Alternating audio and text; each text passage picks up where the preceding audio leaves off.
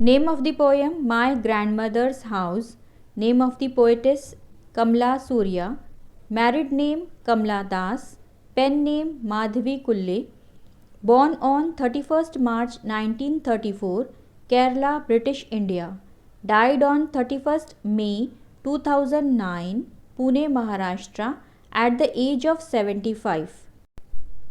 Notable prize Pan Asian Poetry Prize 1963, Kerala Sahitya Akademi Award 1968, shortlisted for Nobel Prize in Literature in 1984, Canberra Sahitya Akademi Award 1985 for English collected poems, Kerala State Film Award for Best Story 1988, Vailar Award 1997, Asian Poetry Prize 1998, Ezuthachan Award 2002, Mutathu Varki Award 2006, Education Municipal Academy of Higher Education। Poet Kamala Das start करती है अपनी poem describe करते हुए घर को, उस घर को जो अब भी एग्जिस्ट करता है पर बहुत दूर है उससे जहाँ उसे बहुत प्यार मिला था, जो उसकी ग्रैंडमदर का घर था, जहाँ पर उसने अपने बचपन के दिन गुजारे थे। पोएटिस ने यहाँ पर कहा है कि वो घर अब बहुत दूर है उससे, क्योंकि पोएटिस पहले केरला में रहती थी और शादी के बाद में वो शिफ्ट हो गई पुणे महाराष्ट्र में। इस वजह से उसने कहा कि ये घर उससे बहुत ही दूर है, पर अब वो वुमेन मर चुकी है और अब वो घर सुनसान हो चुका है। पोएट कहना चाहती है कि ग्रैंडमदर की डेथ के बाद उस घर में कोई लाइफ नहीं बची है, सन्नाटा सा छा गया है, क्योंकि जो पोएटिस की ग्रैंडमदर थी वो ही सोल थी, लाइफ थी, ज़िंदगी थी उस घर की, उससे ही घर में रौनक थी। अब यहाँ पोएटिस ने कहा है कि snake moved among the books, जो सिंबलाइज करता है awful feeling of deadness, horror और कोल्डनेस को। अब पोएटिस उस वक्त को बता रही है कि जब वो बहुत छोटी थी, जब वो रीड भी नहीं कर पाती थी। यहाँ पर पोएटिस ने कहा है कि वो रीड भी नहीं कर पाती थी, यानी वो बताना चाह रही कि वो बहुत छोटी थी जब उसकी ग्रैंडमदर की डेथ हो गई, और जब उसकी ग्रैंडमदर की डेथ हुई तब उसे कुछ समझ नहीं आ रहा था कि क्या हो रहा है। इसलिए आज भी जब वो उस मंज़र को या मंज़र के बारे में याद करती है या उस मेमोरीज़ को याद करती है, तो उसका जो ब्लड है, उसका जो खून है वो ठंडा पड़ जाता है। और किस तरह ठंडा पड़ जाता है? एकदम चाँद की तरह ठंडा पड़ जाता है।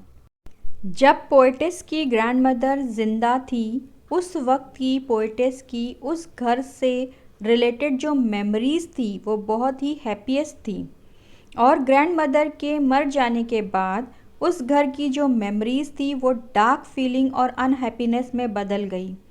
फिर भी पोएटिस उस घर में जाने के अपने डिज़ायर को, अपनी इच्छा को एक्सप्रेस करती है कि भले ही अब ग्रैंडमदर के घर से रिलेटेड जो मेमोरीज़ है अब डार्क फीलिंग्स में और अनहैप्पीनेस में बदल गई है, पर वो उस घर से इमोशनली अटैच्ड है अपने चाइल्डहुड से। वो देखना चाहती है, ऑब्ज़र्व करना चाहती है नज़दीक से विंडो के ज़रिए, पर शायद वहाँ कुछ नहीं देख पाएगी वो, और ना ही अपनी मेमोरीज़ में जाकर दोबारा से वहाँ लव की फीलिंग को महसूस कर पाएगी, क्योंकि वो विंडोज़ अब ब्लाइंड आई की तरह हो गई हैं, क्योंकि अब वहाँ कोई नहीं रहता है।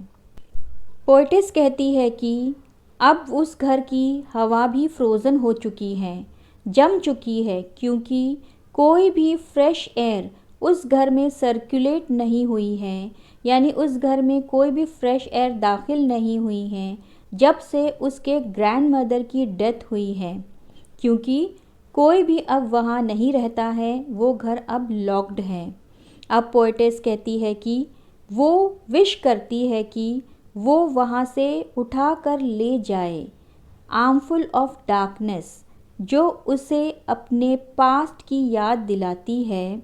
वो उस डार्कनेस को अपने यहाँ यानी अब की जो लाइफ है, उसकी शादी वाली जो लाइफ है, उसमें ले जाना चाहती है, जो डिसरेस्ट, ट्रबल, अनहैप्पी और होपलेस है। वो जो डार्कनेस है जो उसकी प्यारी ग्रैंडमदर के घर से बिलोंग करता है, वो पोएटिस को सिक्योरिटी, वार्मथ और होप देता है।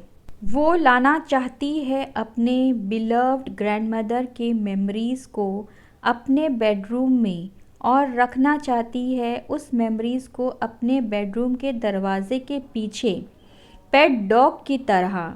यहाँ पर पेट डॉग से मेमोरी को कंपेयर किया गया है, क्योंकि जो पेट डॉग्स होते हैं वो फेथफुल और ओबीडियंट होते हैं, वफादार होते हैं अपने मालिक के साथ, एकदम ग्रैंडमदर के घर की मेमोरीज़ की तरह, जो स्पीकर को याद दिलाती है लव और अफेक्शन को। अब पोएटिस अपने हस्बैंड से कहती है कि डार्लिंग, तुम कभी बिलीव नहीं करोगे कि मैंने पाया था प्यार और हैप्पीनेस उस घर में जो मेरी ग्रैंडमदर का था, और मुझे बहुत गर्व है।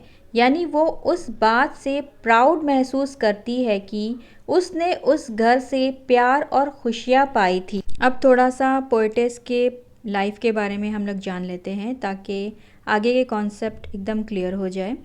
पोएटिस की शादी 15 साल की उम्र में अपने से काफ़ी बड़े आदमी के साथ हो गई थी, और उसे अपनी शादी से वो प्यार, खुशियाँ नहीं मिल पाई थी। इसलिए पोएटिस बहुत डेस्परेट थी कि कोई उसे प्यार और मोहब्बत करे, प्योरिटी वाला।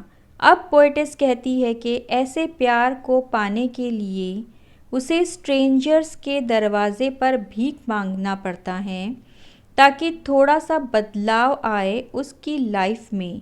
यहाँ पर स्ट्रेंजर उसने अपने हस्बैंड को ही कहा है।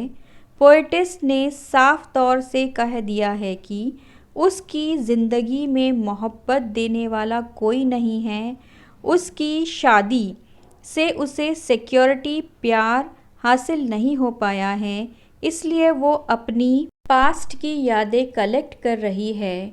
वो दिन जो उसने अपनी ग्रैंडमदर के घर बिताए थे, जहाँ उसे बहुत प्यार मिला था, बिना किसी कंपैरिजन और अनकंडीशनल लव मिला था, जो सिर्फ उसकी पास्ट की मेमोरीज़ में बसा हुआ है। वो जानती है कि उसे उतना प्यार कभी नहीं मिलेगा, पर उसको अब भी होप है कि उतना ज़्यादा प्यार नहीं, पर उसका कुछ हिस्सा तो मिल जाए। और इस तरह से ये पोएम एंड होती है होप और डिस्पेयर यानी मायूसी के साथ।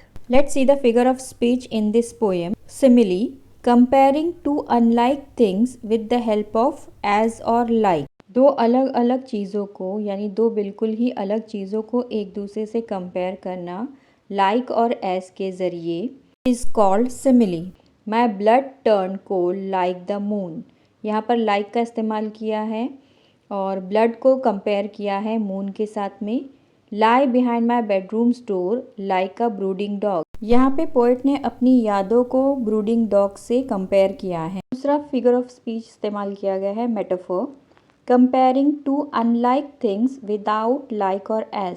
दो चीज़ों को कंपेयर करना यानी दो अलग अलग चीज़ों को कंपेयर करना बिना लाइक और एज के। To peer through blind eye of the window.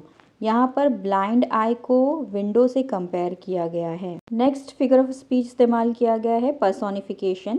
इसमें नॉन लिविंग थिंग्स को क्वालिटी दी जाती है ह्यूमन की, यानी ह्यूमन क्वालिटी दी जाती है नॉन लिविंग थिंग को। The house withdrew into silence. House non living thing है और साइलेंस ह्यूमन क्वालिटी है, तो नॉन लिविंग थिंग हाउस को साइलेंस यानी ह्यूमन की क्वालिटी दी गई है। Blind eye of the window. Window non living thing है और ब्लाइंड आई ह्यूमन क्वालिटी है, तो नॉन लिविंग थिंग विंडो को ब्लाइंड आई ह्यूमन क्वालिटी दी गई है। Let's see and understand some lines of the poem. Snake moved among the books, an awful feeling of deadness, horror, disgust and shocking, or in wild despair, a feeling that there is no hope. You can do nothing to improve a difficult situation. Pick an armful of darkness. The amount of things can carry in one or both the arms. And old memories of grandmother's house. Brooding dog. The old childhood memories of the poets will always remain with her. Let's see some poem related questions. After the death of poetess grandmother, what happened to the house? Why is the air in grandmother's house described as frozen? The poet in this poem thinks of her past. Explain this line. The house is silent. No one lives here. Even the air doesn't seem to be moving.